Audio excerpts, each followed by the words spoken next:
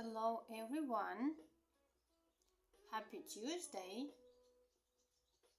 How are you all doing today?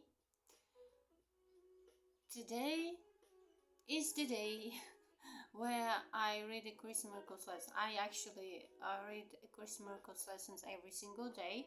There are 365 lessons for each day of the year.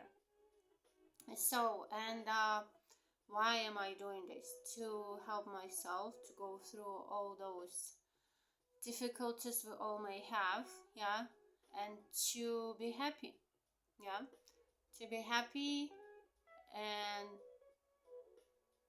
to be loving, to be loved, and to have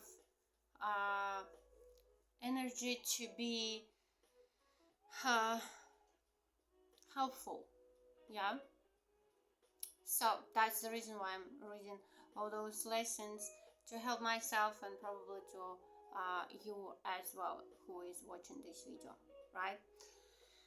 So yesterday I was reading the lesson number 138. It says, heaven is the decision I must make.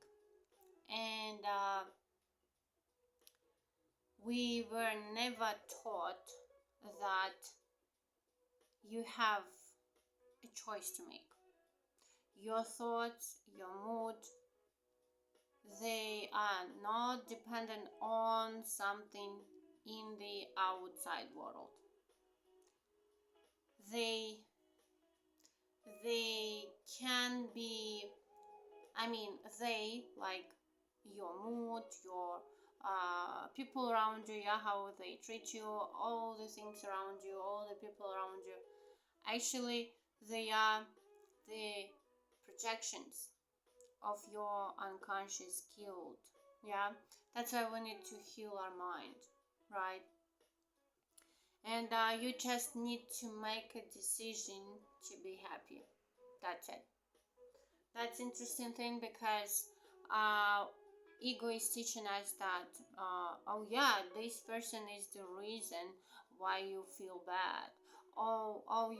If only I felt better, or if only my life circumstances were different, right, I would be happy. Or maybe when I get this decent work, or this decent job, so I will be happy.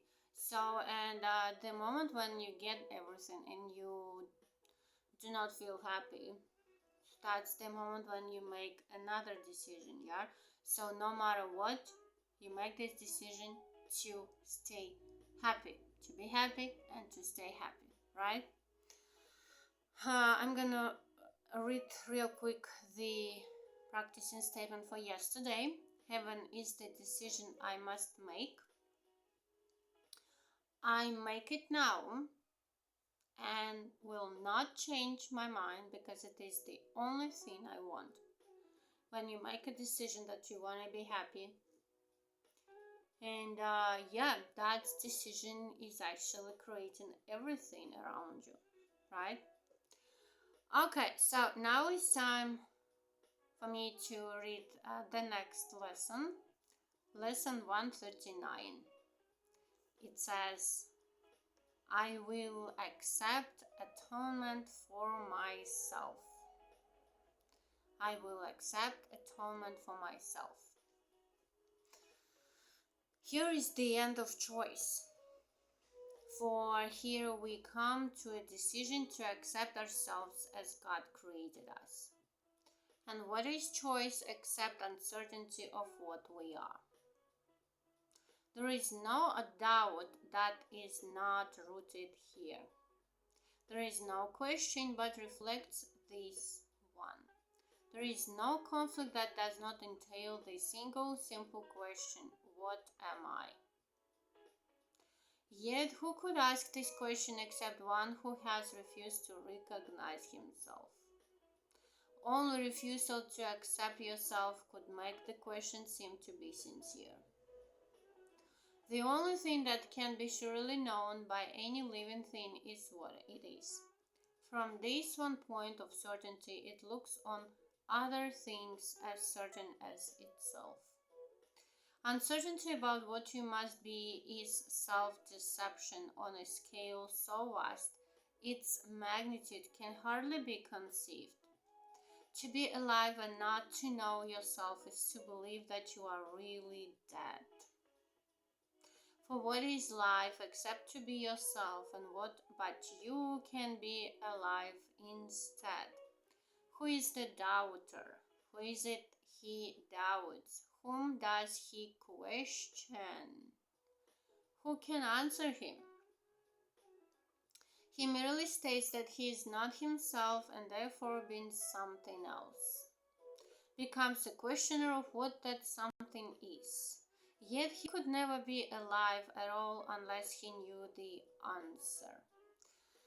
If he asks as if he does not know, it merely shows he does not want to be the thing he is. He does not want. That's the thing I already mentioned, because it's really difficult for the ego to accept that everything that you have, you want to have it, right? No matter what it is. And it's only because you made that decision that you deserve to be punished, or you just deserve to suffer, yeah? That you believe that you made something wrong, yeah?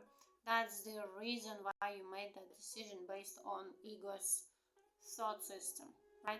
Now you just make another decision where you remember that there is no such thing like sin, yeah? I have nothing to punish myself for.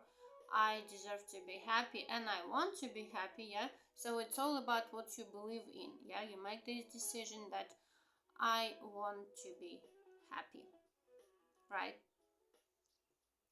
Okay, I'm gonna read this again. He has accepted it because he lives, has judged against it and denied its worth, and has decided that he does not know the only certainty by which he lives. Yeah, I guess I need to reread again the whole part of this. He merely states that he is not himself, and therefore, being something else, becomes a questioner of what that something is. Yet he could never be alive at all unless he knew the answer. If he asks as if he does not know, it merely shows he does not want to be the thing he is. He has, you should want, yeah, to be the thing you are. He has accepted it because he lives, he has judged against it and denied its worth, and has decided that he does not know the only certainty by which he lives. Thus he becomes uncertain of his life, for what it is has been denied by him. It is for this denial that you need atonement. Your denial made no change in what you are, but you have split your mind into what knows and does not know the truth. You are yourself. There is no doubt of this, and yet you doubt it, but you do not ask what part of you can really doubt yourself. It cannot really be a part of you that asks this question, for it asks of one who knows the answer. Were it part of you, then certainty would be impossible. Only you asking questions, right? Your true self already knows all the answers. Atonement remedies the strange idea that it is possible to doubt yourself and be unsure of what you really are. This is the depth of madness. Yet it is the universal question of the world. What does this mean except the world is mad? Why share its madness in the sad belief that what is universal here is true? Nothing the world believes is true. Nothing the world believes is true. It is true. It is a place whose purpose is to be a home where those who claim they do not know themselves can come to question what it is they are. And they will come again until the time atonement is accepted. And they learn it is impossible to doubt yourself and not to be aware of what you are. Only acceptance can be asked of you. This is the only thing we do. We accept these ideas. That's it. For what you are is certain. It is said forever in the holy mind of God and in your own. It is so far beyond all doubt and question that to ask what it must be is all the proof you need to show that you believe the contradiction that you know not what you cannot fail to know. Is this a question or a statement which denies itself in statement? Let us not allow our holy minds to occupy themselves with senseless musings such as this. We have a mission here. We did not come to reinforce the madness that we once believed in. Let us not forget the goal that we accepted. It is more than just our happiness alone we came to gain. What we accept as what we are proclaims what everyone must be alone with us. Fail not your brothers, or you fail yourself. Look lovingly on them. Look lovingly on them, that they may know that they are part of you and you of them. This does Atonement teach, and demonstrates the oneness of God's Son is unassailed by his belief he knows not what he is. Today accept atonement not to change reality, because actually we think that we are here to change reality. Actually not. We're here to remember the truth. Yeah? I mean, what you see is not a reality, yeah, but we think that it is reality to us, right? And when it comes to change, it's like you change nothing, neither this world nor the other one. Yeah, you just accept these ideas, right? And that's the point, actually. Even if you change nothing, you still can be happy, right? No matter what, because you remember the truth, right? Today, accept atonement not to change reality, but merely to accept the truth about yourself,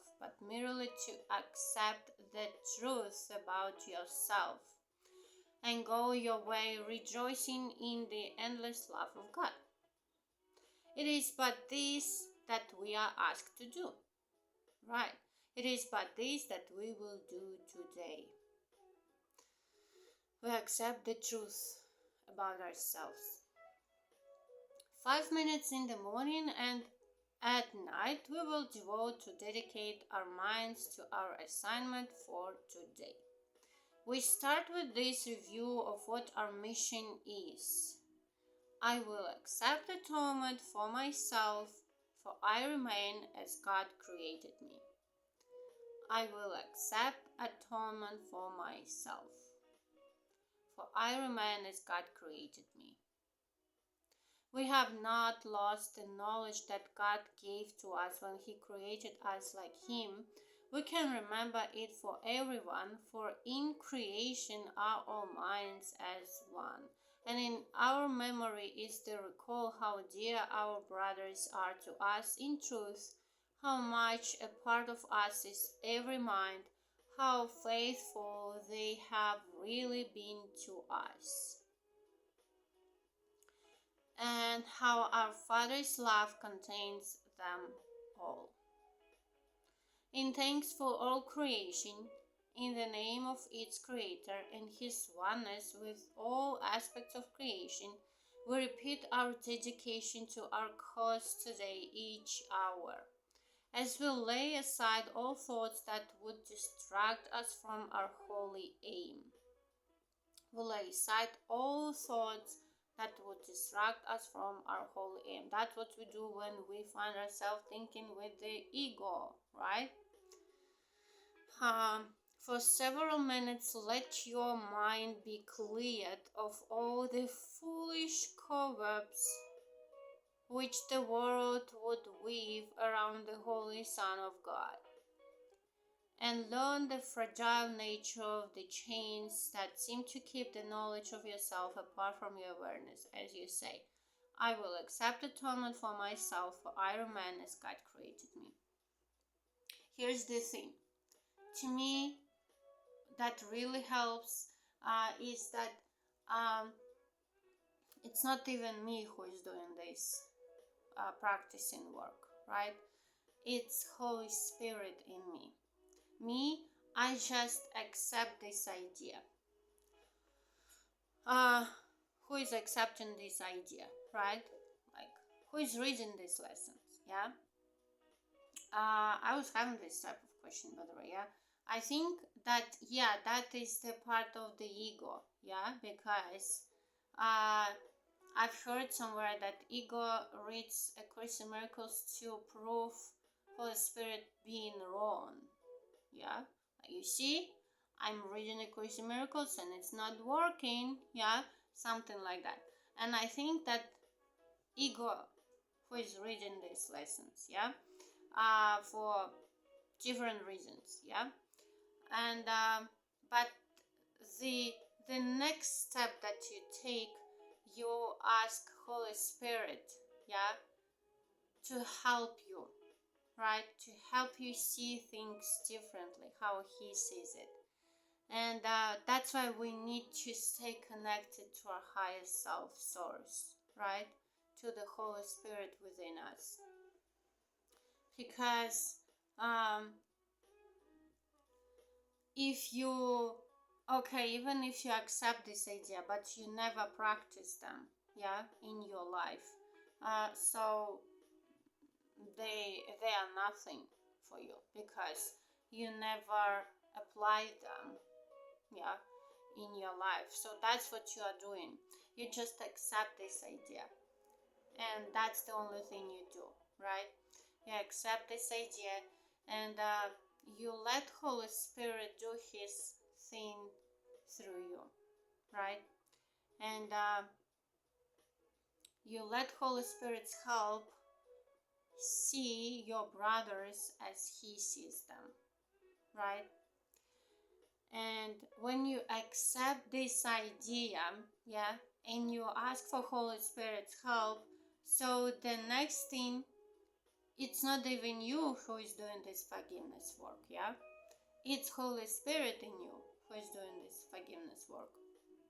So yeah, it really helps to me because if you feel like, oh, I cannot do that, it's not you who is doing this, right? You just let Holy Spirit do this through you. And you know how you're doing this? By accepting these ideas, right? And yeah, ego is the only one who is asking many questions, yeah? That's it. It's all about trust. Every time when you practice these ideas, you just take a leap of trust, yeah? You trust to the Holy Spirit. You trust to your higher self that He knows better. He is taking care of you. He is giving you blessings. He is telling you what to do, right? That's why you are constantly connected to His source. That's why you just remember that, yeah, it's still ego that exists, yeah, in your mind, but you constantly put Holy Spirit in charge, yeah. That's why you need no plans, yeah, because if you plan, so it means like you are not like trusting your high self source, yeah. Again, I'm not saying that we're not planning, we're not doing all these things, yeah, in this physical world. It means that we stay connected to our source, yeah. We constantly ask questions. What do I do, Holy Spirit? Tell me what I do now, yeah. Where do I go? What do I say? Right? You should be constantly connected to your source. And that's how you accept this idea, right? That's how you let Holy Spirit do this work through you, right? That's how you let Holy Spirit heal your unconscious mind, right?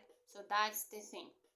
And yeah, we just accept this idea.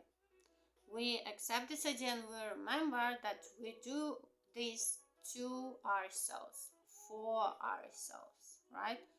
You're not doing this for someone else. Yeah, you're doing this for yourself. That's the practicing idea for today. Thank you for watching my video. If you are, have a great day. Try to apply this idea today, and see you in the next one. Bye bye.